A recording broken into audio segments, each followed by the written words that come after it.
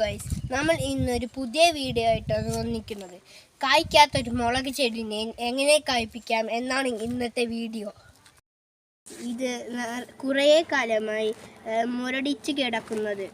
ഈ കഞ്ഞിൻ്റെ വെള്ളം ഞാൻ 7 ദിവസമായി എടുത്തു വച്ചിരിക്കുന്നത്. അതിൽ വെള്ളം ഒഴിച്ചിട്ട് കൊണ്ടുവന്നതാണിത്. അപ്പോൾ നമുക്ക് ഇതിലേക്ക് ഒഴിച്ചു നോക്കാം ഗൈസ്.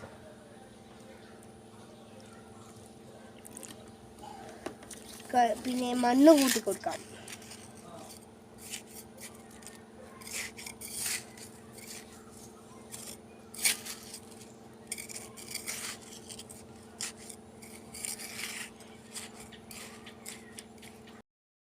ഗൈസ്, 10 ദിവസത്തിലെ റിസൾട്ട്. അപ്പം നമ്മൾ കുറച്ചും കൂടെ ഒഴിച്ചു കൊടുക്കണം.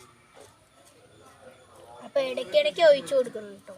ഒരു ദിവസം കൂടുമ്പോൾ നിറയെ ഒഴിച്ചു കൊടുക്കണം ഗൈസ്. ഇതാണ് ഗൈസ് 10 ദിവസത്തിൻ്റെ റിസൾട്ട്. അപ്പോൾ ഇത് നിറയെ ഞാൻ ചെയ്തിട്ടുണ്ട്. ഇത് കുറച്ച് ദിവസം മുന്നേ കുഴിച്ചിട്ടേ ഉള്ളൂ. ഇത് ഞാൻ ആക്കി തരുന്നത് ഗൈസ്.